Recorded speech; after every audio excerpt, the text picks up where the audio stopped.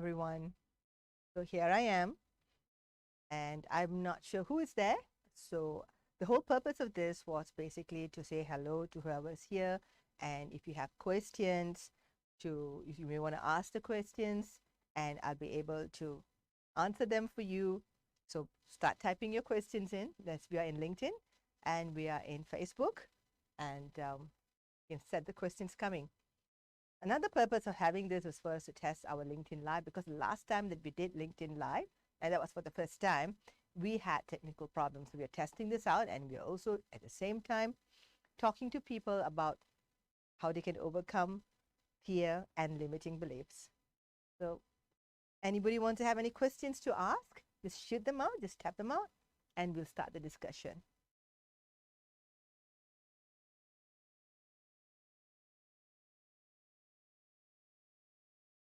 Or just say who's here, because I see that there's quite a number of people in here, but I don't know who you are. So would you want to just say hello and tell me who is here so that I could say hello back?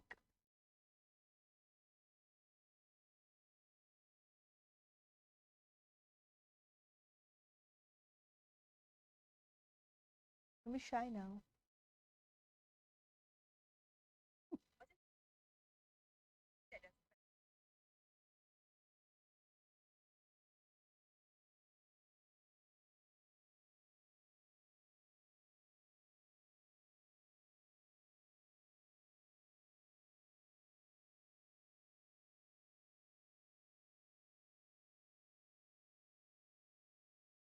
Right, this is making its own sounds.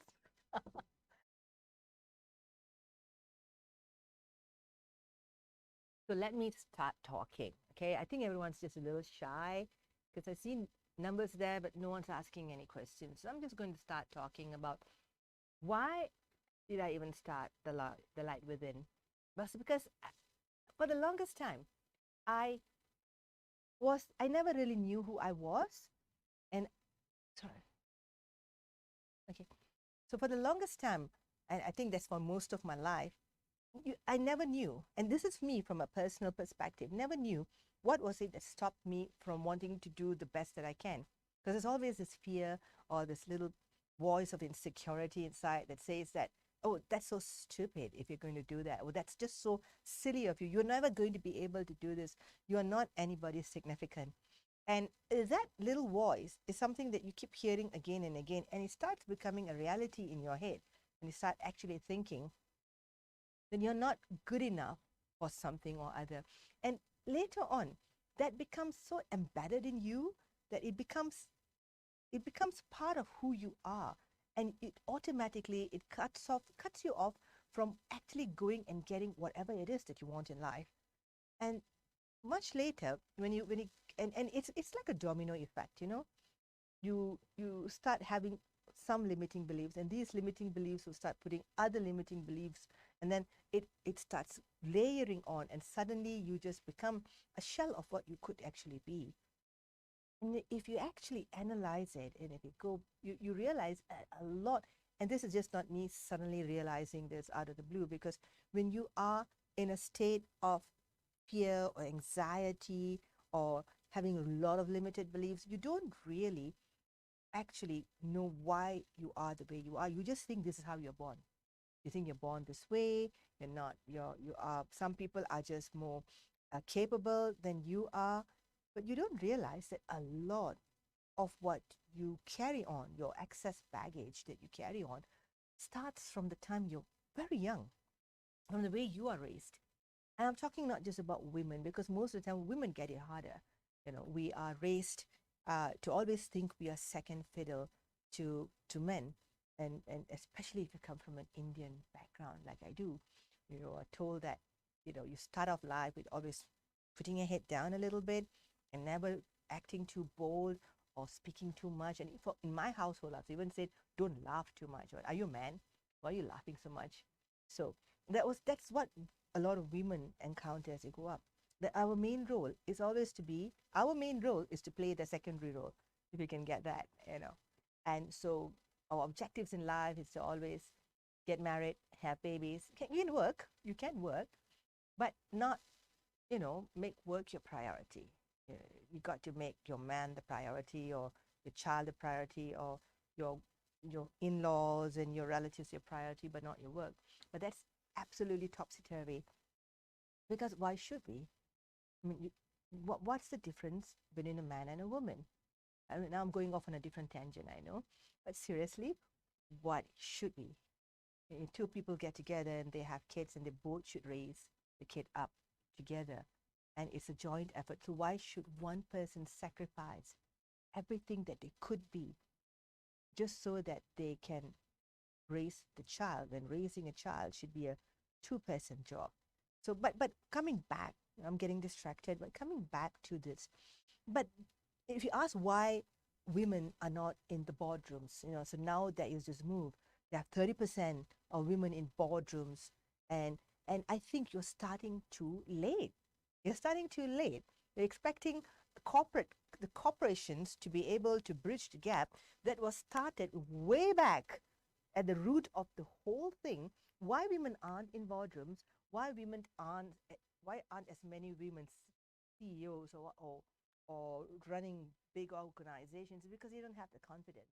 And that confidence is something that was taken away from the time they were very, very young.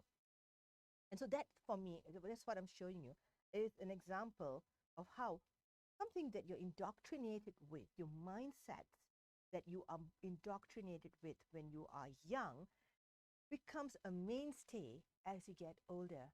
And then you are 35 years old maybe, and you're still thinking that, should I dare run a business on my own? I'm not good enough. Or should I leave this abusive marriage and get on my own? No, I can't, because I need to have someone to take care of me. And all this, oh, there are 3 comments already. All right, sorry, I'm going to finish this and I'm going to take the comments. So all these things that we think make us weak at an age when we are adults, or when we're adulting, as you say it, they are not us. We are not weak. It's the things that we've been taught to believe in from the ages of 3 to 12. And it changes the way we see life, changes our worldviews, and we take it with us for the rest of our life, until you realize that it's not good enough for you, until you realize that this is not you. This is not you. You are not what you were taught when you were a kid, or you are not social indoctrination. You're not what the teacher in the school said you should be. You are more than that. You are everything that you want. And the way to break this is to start by believing in yourself. I know it's cliche, right? Believe in yourself. Now a lot of you, I believe in myself, still can't do anything. But believing in yourself actually means trusting your instincts. Because very often we know what we want or what we should do, and that's the instincts. And you don't, because you say, maybe I am not the expert in this. I should listen to experts. And who are these experts? Everyone around you who may not actually be experts, but you seem to have a cap of experts, but you don't trust yourself and your instincts. And so then you always will remain the sum of what you were told you were from a very young age, or in your formative years. And I'm going to take some questions. Hi, Andrew. Andrew Kunasilan. Yes, we spoke recently. Thank you for coming on board. I am great. I'm doing really good. Mukesh, I see you all the time. I see you in our LinkedIn, but we never really had a conversation, so I'm glad you're here. And Andrew, what are the 3 tips that you would give anyone before going for a presentation, or even going on stage to face hundreds of people in the audience? Right? 3 tips I would give someone before going for a presentation. I'm trying to think what I do. How do I psych myself up before I go for a presentation or face hundreds of people in the audience? And that's 2 things that I do quite often. Now, I've got a great story. I've got a great backstory for that. I have, in the last 10 years, have done lots of presentations to many people, from chief ministers to CEOs of large organizations and boardrooms. And I've even gone up and given a speech 10 full minutes to an audience of 500 to 1,000 people. The latest was in the IBR ASEAN Awards. And I'm speaking to you right now. They're having nothing, no teleprompter, no prepared script. I'm talking to you right now. Now, how do I do this? This is the same me at the age of 12. I tell you, even until the age of 20, I can't speak in public. I can't. I will go up on stage, and if I see a group of people in front of me, I just freeze. I'll freeze, and there'll be nothing in my head, nothing. I'll just be like, I'll start, I'll stop, and I'll be terrified. I'll be just so absolutely terrified. And now I do all these things. And how did that? I think it was just years, but that was my greatest fear, standing in front of people and speaking. And if you look at the post that I made in LinkedIn, your greatest fear or your greatest weakness will always eventually become your greatest triumph or your greatest strength, because what you really fear of your weakness is something you're going to really work on. You really work on it until it becomes, you want to master it until it eventually, because you spend so much time, you eventually master it and you become damn good at it. So what I did for me to overcome my timidity, I was timid. You're not going to believe it. I mean, my guys who are around here are not going to believe it. I was once upon a time very timid. And how did I overcome it is I kept doing it again and again and again, messed up, screwed up, made mistakes, whatever. And eventually it became just a norm. It became, this is okay, I'm going to do this. I'm going to stand in front of people and speak. I'll speak. I would not even look at a crowd. Firstly is practice. To answer you, 3 tips, right? First one is you keep doing it. The reason people are afraid to go and stand and speak publicly in front of a large crowd is, one, they've not done it. They're so afraid of it, they just don't do it. So they don't get the practice at it, and practice makes perfect. So you keep practicing in actually doing the real event, and practice with yourself. Stand in front of the mirror, talk to yourself. I think a lot of people who catch me sometimes in my house will think I'm a little mad because I keep talking to the plants, talking to the teapot. It's not that I'm actually trying to have a conversation with them. I'm practicing what I need to say. So I have conversations with a lot of inanimate objects in the house. That's something you don't want to tell anyone besides the people who are here. So that's one, practice, okay? The other one is, the other really important tip that you need to have before you do a presentation or you stand in front of an audience is you got to prepare the script yourself, whatever it is you want to say, and you got to totally, utterly, passionately believe in it. It has to come from you. I cannot go and speak for someone else. I can't do scripts that someone else has written. I write it myself, and I have to believe in it. And even if you don't believe in it, pretend. And that's where acting comes in. You pretend. You're going to go in there, you know, you got to do a presentation to, let's say, Malaysia airports. Go in there and you say, I'm the best at it. You psych yourself up. I'm the best thing in sliced bread. You got to tell yourself. You know what? If you keep telling yourself that you're the best in it, you will believe it. And when you believe it, when you believe that you're the best in it, they will believe that you're the best in it. If you don't believe in yourself, or you don't believe in what you're presenting, they're not going to believe it. No one's going to believe it. Nobody's going to believe anything that you don't believe. And that's why I tell my salespeople, if you're going to sell a product, utterly believe in it. So that's the second tip. Totally believe in whatever it is that you're going to say to an audience of 100 or 500. Totally believe in whatever it is that you're presenting. And the third thing is you got to have confidence, right? And how are you going to have this confidence? You manufacture it. You manufacture your confidence. Yeah, you can do that. You can do that. What you're doing is your psych. Firstly, you got to practice, right? Right. Secondly, you got to actually believe in it passionately.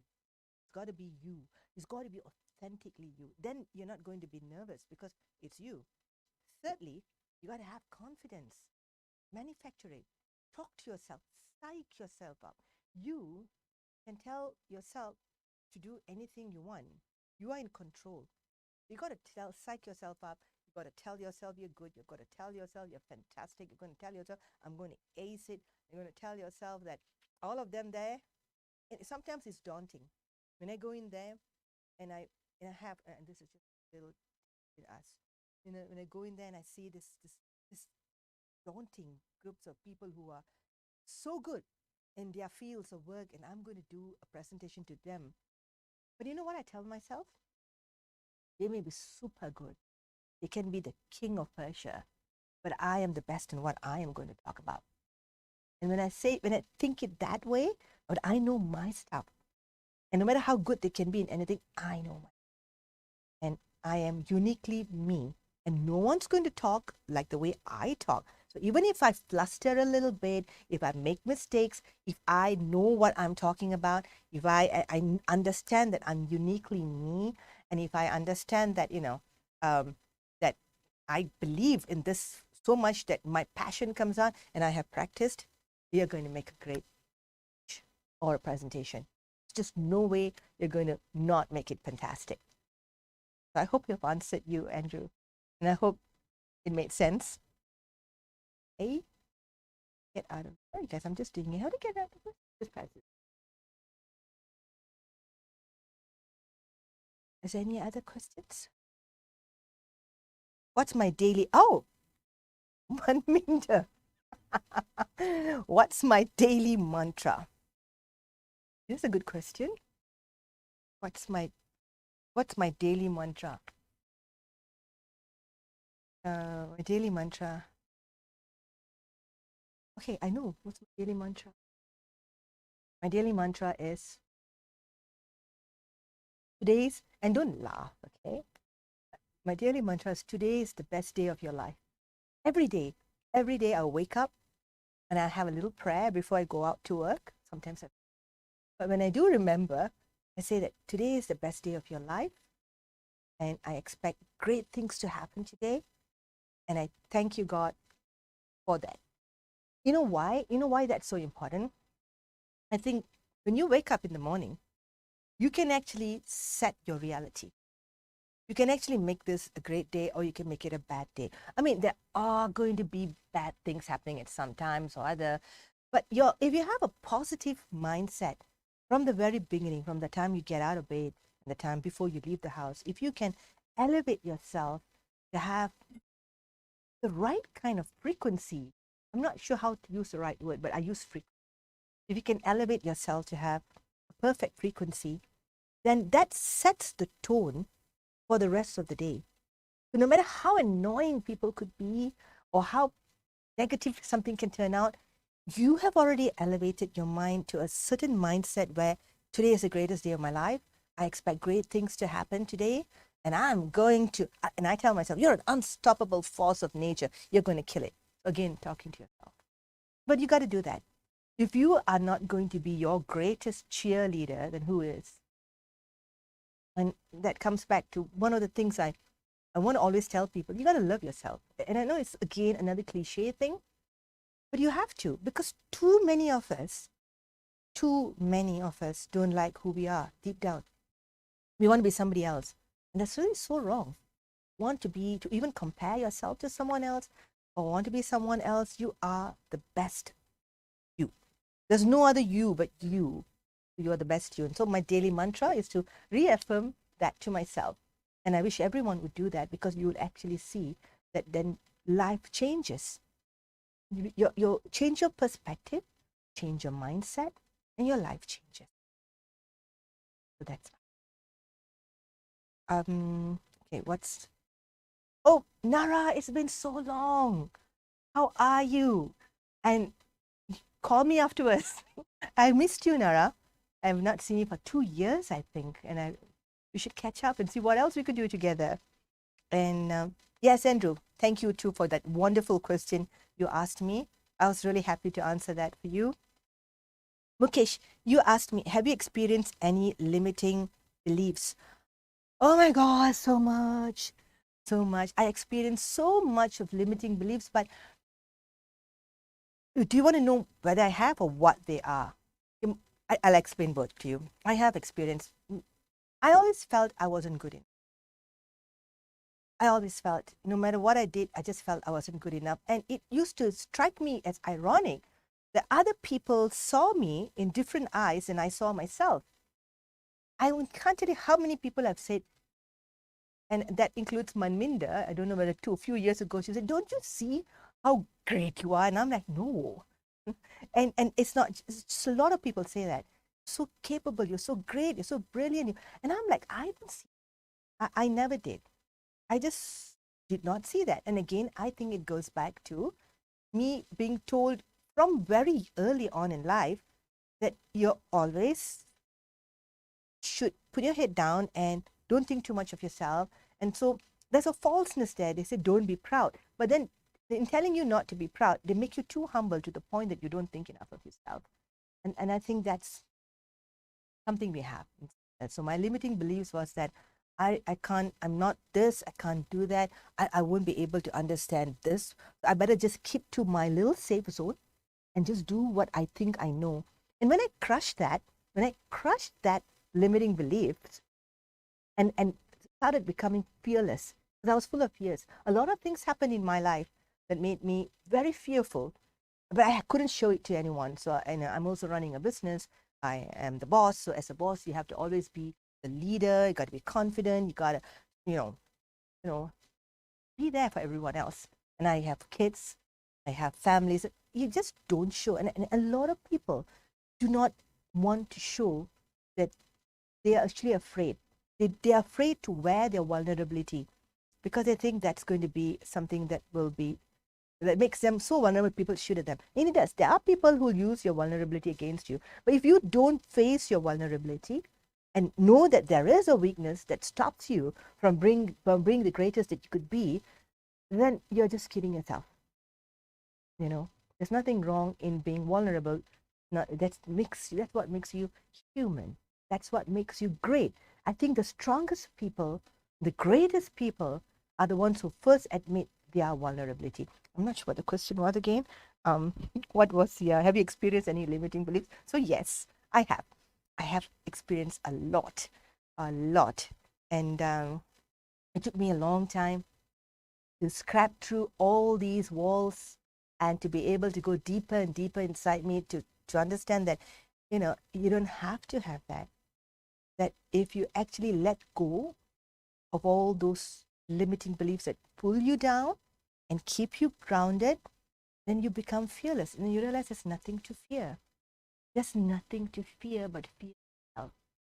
And when you realize that, that's when you become invincible. So I hope I've answered you, Mukesh. And please feel free to keep the questions coming. I'm not sure if there's any questions from the other side. Okay. Anara says, Dato, it's a big challenge to be continuously resilient. What would your tips and strategies be?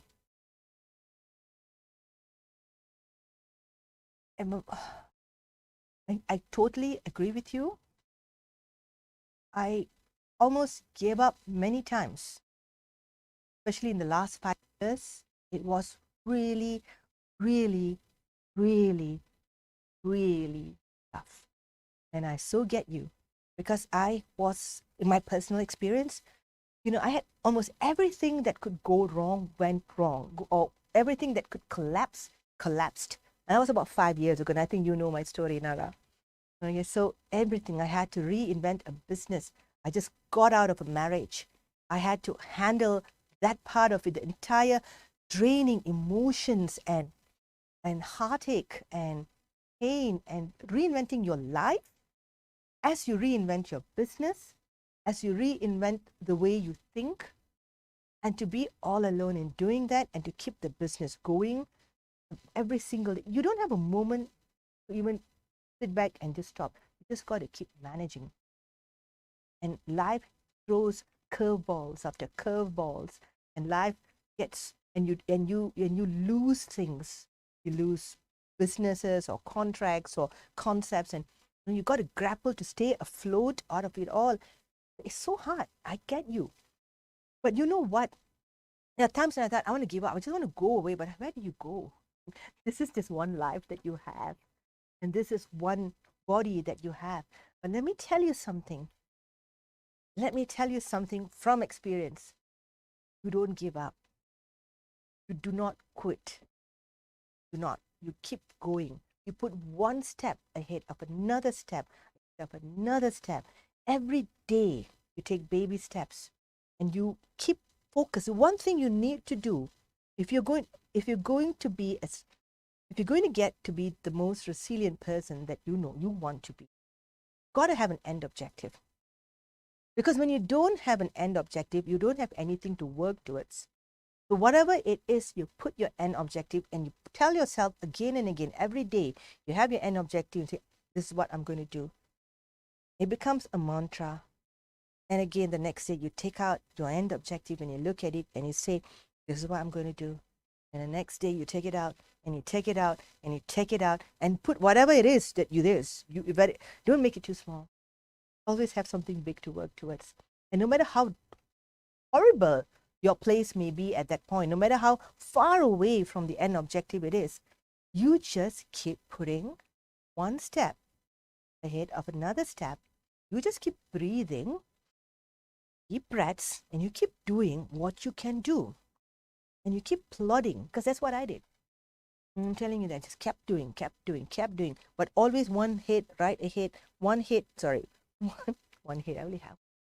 But just one thought that I will have to work towards, and it may seem so inconceivable from where I am, unfathomable from where I am, but you just keep swimming, as Dory said in that Finding Nemo, just keep swimming. So that's it, you swim. And then, Nara, one day you'll realize that you've already achieved halfway and you didn't even know how fast you got there. And believe that there is a God that is helping you, because you're not believe that there is, whatever you want to call it, a higher power, the universe, God, that you just have to believe, because we are connected collectively to everything around us. And if we want something bad enough or hard enough, we have to just believe that we put that out there, and that's going to help us move forward. That's going to be the wind beneath our back. And we just go with it. There's even a song there's a Christian song, do not worry over what to eat or wear or put upon your feet. Trust and pray, go do your best today, and leave it in the hands of the Lord. Okay, so I was a little kid and I did it, and I'm like, what?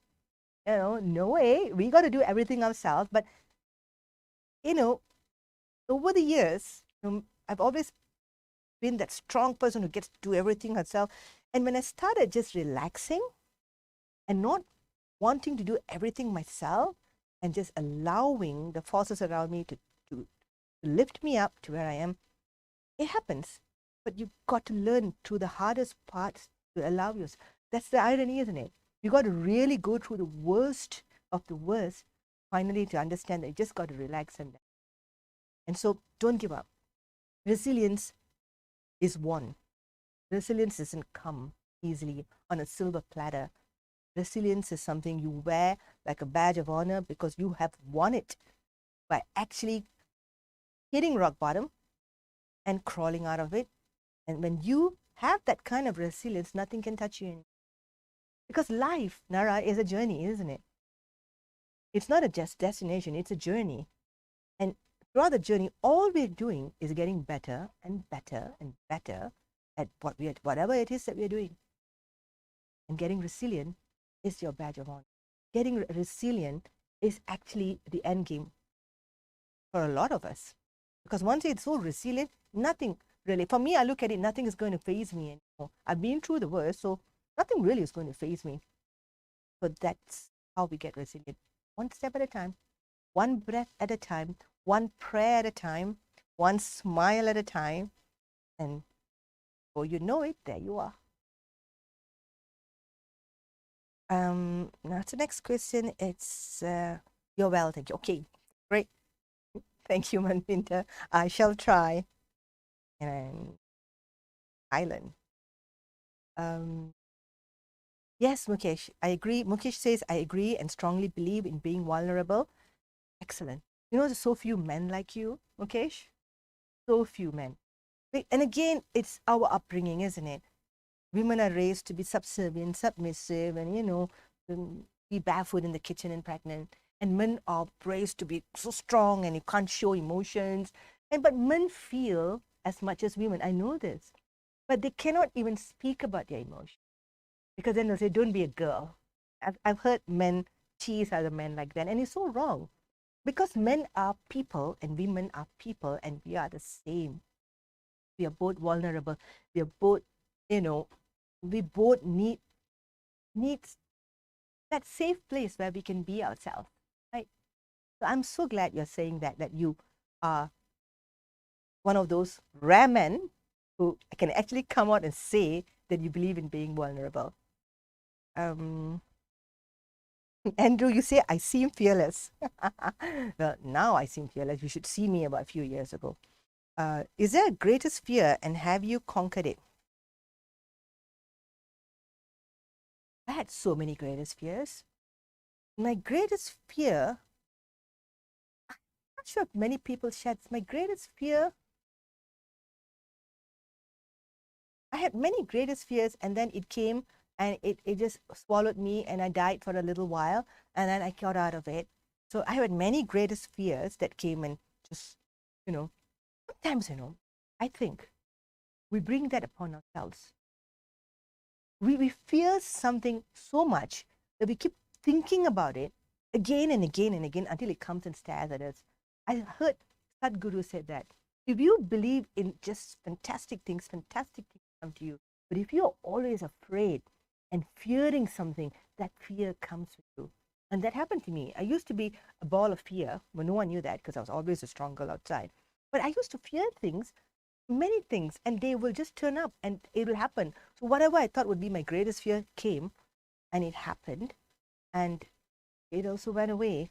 So now, if I say what my greatest fear was, just that I'll tell you what my most recent greatest fear was out of the many, many greatest fears. It was the uncertainty of the future. I practically went into an anxiety over that. I'm not sure, will that happen? How will that be? How will this be? Will this be? Will I be able to do that? What if? What if the stupid what if? And I realized all that is worrying about some uncertainty that I don't even know will happen or not is just wasting my time.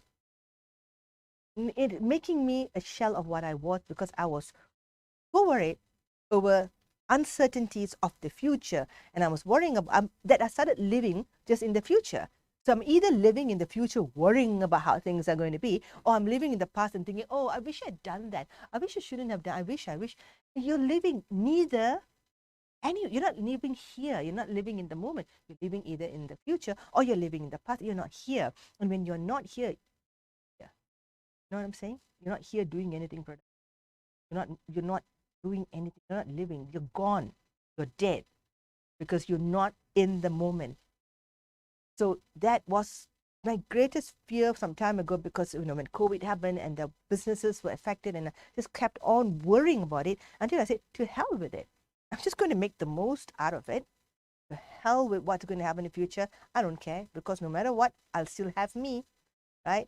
And if I die, I don't believe that we die. So when I realized that we don't really die, that we are actually immortal beings in mortal bodies, that when we die, our soul just goes and finds another body and on and on. I thought to myself, wow, that's an endless opportunity to redo whatever it is that was unfinished. And that made me like, whoa, that's it, man. That we don't have just one life, we have infinite lives. And that sort of like, for me, made me feel that this life, I'll just sail through it. And if I don't achieve whatever I didn't get to achieve this life, I'll do it in the next one. And that's something that we want to think about because we're always told that this ends here. I don't think so. I really don't think so. Because if we are energy, we are beings of energy, and energy is intransmutable. It cannot be created, it cannot be destroyed. So our souls can't be destroyed. We just move from one body to another body to another body, and hey, life's such one big adventure. I hope I remember what I needed to do in my next word. I'll just get it done.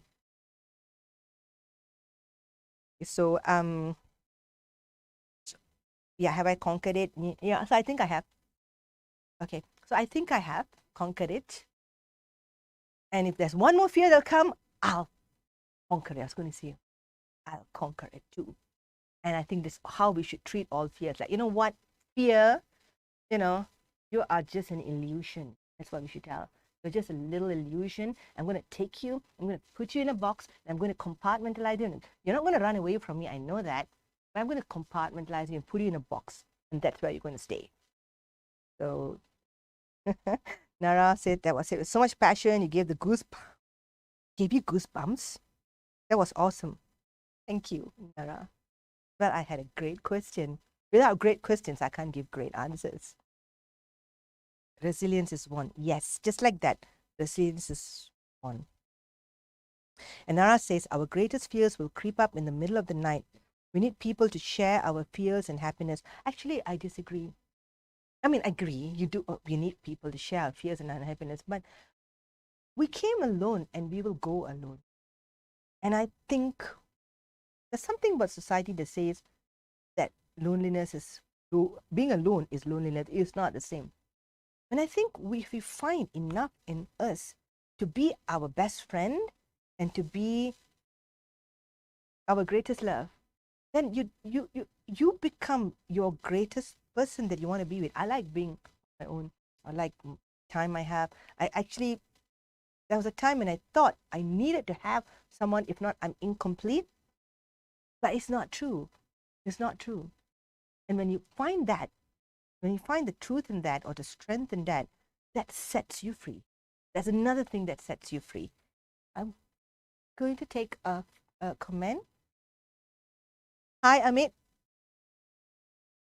Hi, Amit. So Amit says, very good presentation. Thank you, sir.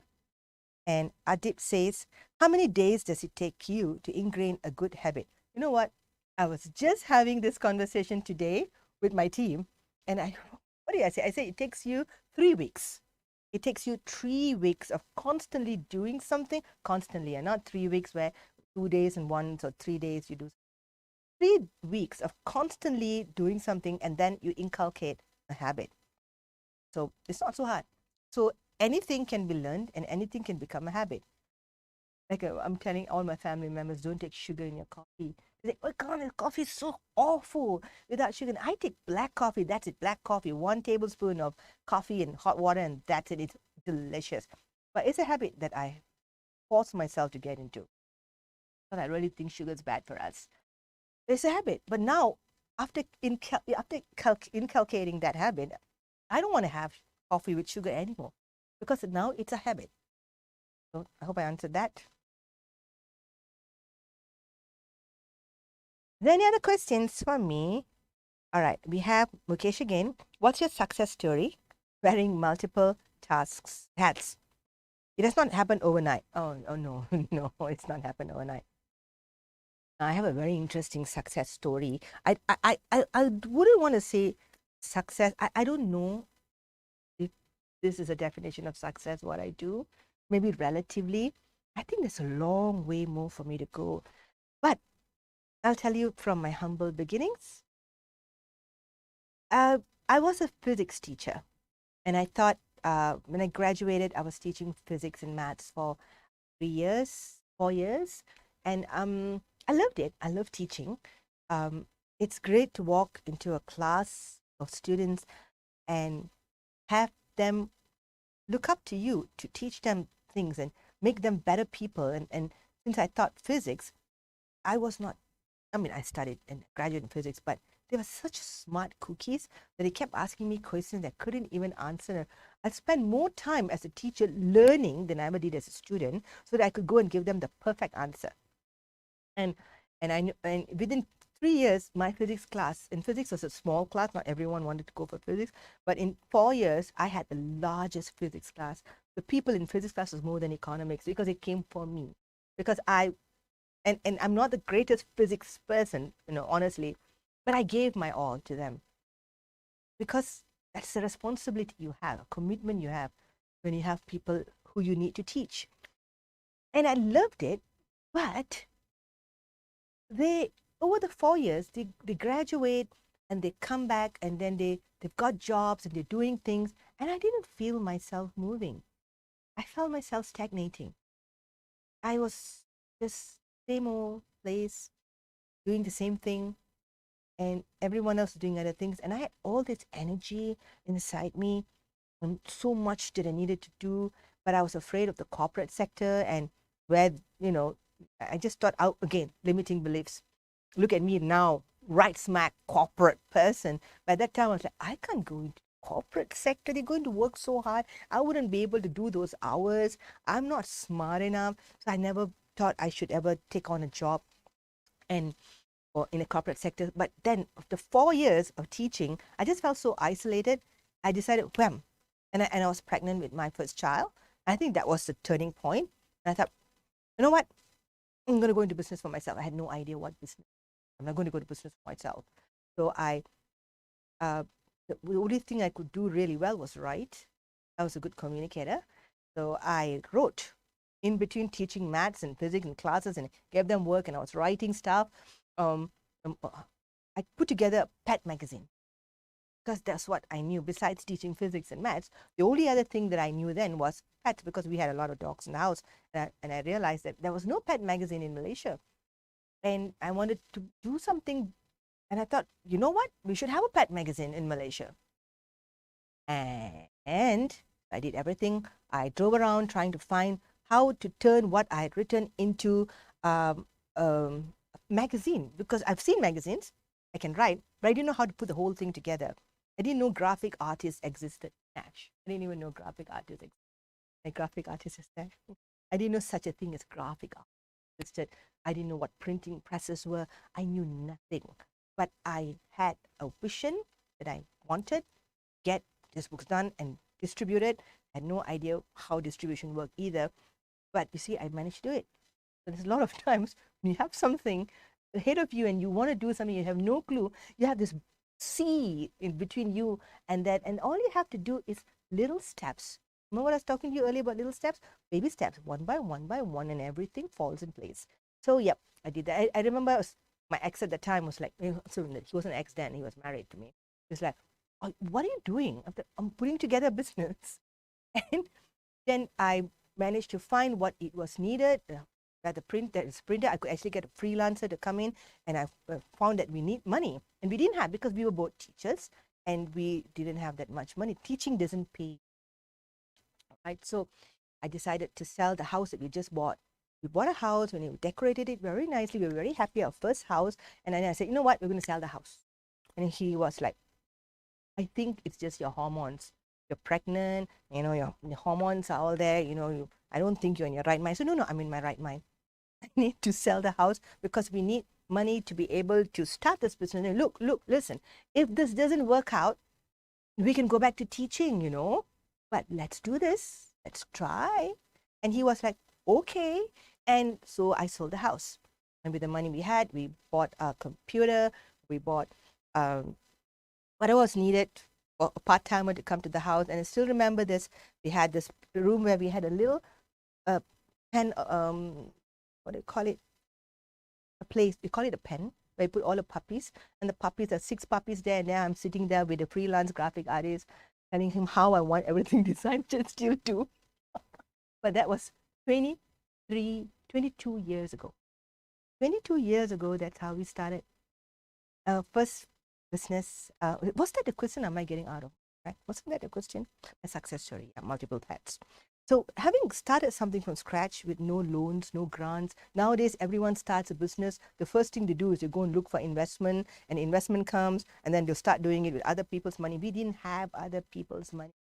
We had whatever. We had to sell a house to start a business, because who's going to give you money?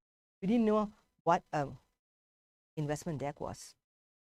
Started a business the old-fashioned way, and we built it, and we didn't even know that revenue would come from advertising. That was how naive we were. We thought we'll sell it. Everybody's going to come and buy a book on animals, and no one did. So the first 3 years, whatever money we had was almost gone. Okay, and distributors were annoying. They refused to take a magazine which had a picture of a dog on the top, on the cover. They said in Tamil, but I don't think everyone here understands. Naai pota yaru vaanga poranga. I'm not sure how many of you understand Tamil, but basically it's like, who puts a picture of a dog on a cover and sells it? When you put a sexy woman, half the cleavage showing, half the breast showing, then you'll sell. I'm like, well, it's a dog. I can put a cleavage of a dog, and that's not going to help. So they did not. Distributors would not take our publication. And you know what I did? Then I said, okay, I'm going to call every single pet shop and I'm going to tell them, I'm going to print this, we're going to bring it to you, we're going to put it in there on a consignment. I'll buy you, I'll make the racks, put it there, we'll put the magazines, and you don't even have to pay us. We'll come back the next month, we'll collect it, and then whatever you've managed to sell, you give us what is on consignment basis. We take a certain percentage of it. And that's how it started. That's how the business started. We'll drive all the way north one day and come back to put the publications in. It wasn't much money we made, but it was fun. You know, it was fun. Some of the best times I remember was just driving all the way up north to Penang. In one day, you know, we'll leave at 4 o'clock. We'll drive all the way up to Penang and put all our magazines in pet shops along the way and come back. And there were times we were mad enough to just go back again to Johor. And we worked really hard. And I think there's no other way about it. There's no other way about success. You have to work hard. We didn't work smart, but we worked hard. Okay. And then eventually the smarts will come when you learn your business. So from that, from the first start, and again, right now, we've grown quite a lot more than what we were.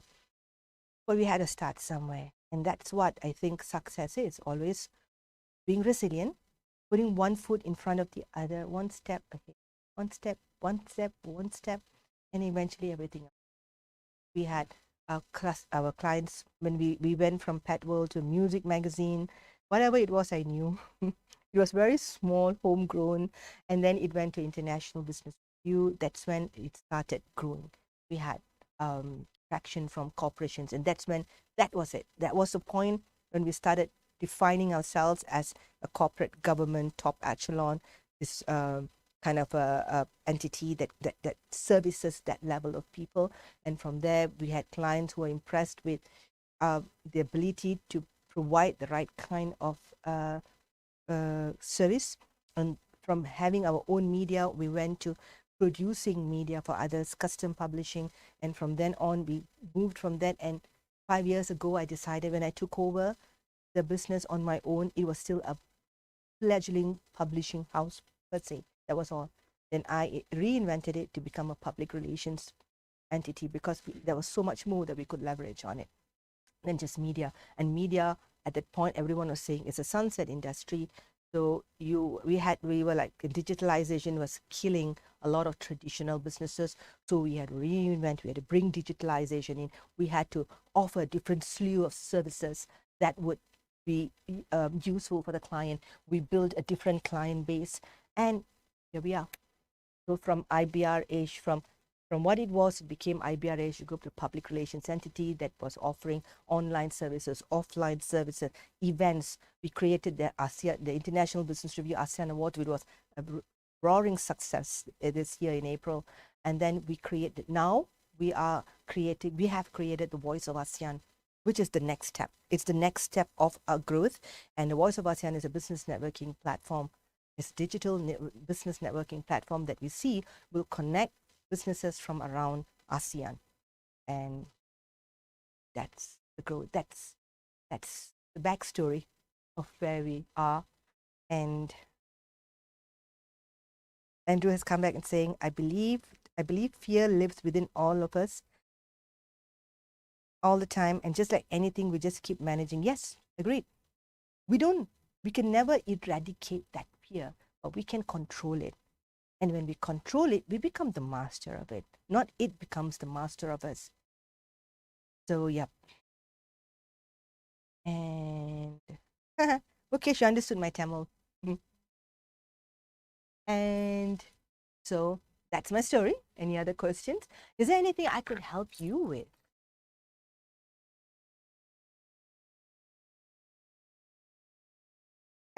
Very interesting, inspiring, planning to write any autobiography.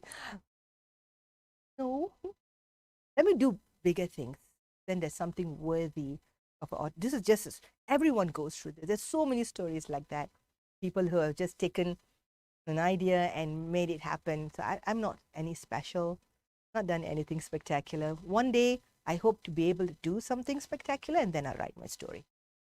Then it'll be worthy of a book to read.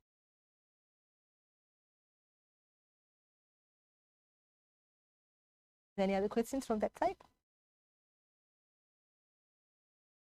And how long have we been talking? 45 minutes. Oh, okay. So is there any other questions, guys? Or are you all going back to family and friends? So, well, I thank you for joining us today. It's nice doing this because I was totally not prepared for what other questions is going to be asked. And I'm very glad to know that our trial is working, that LinkedIn live streaming is happening like a dream. And so thank you. And I wish you well. I hope the best for you. And I hope you find the light within to be the best you can be. Take care.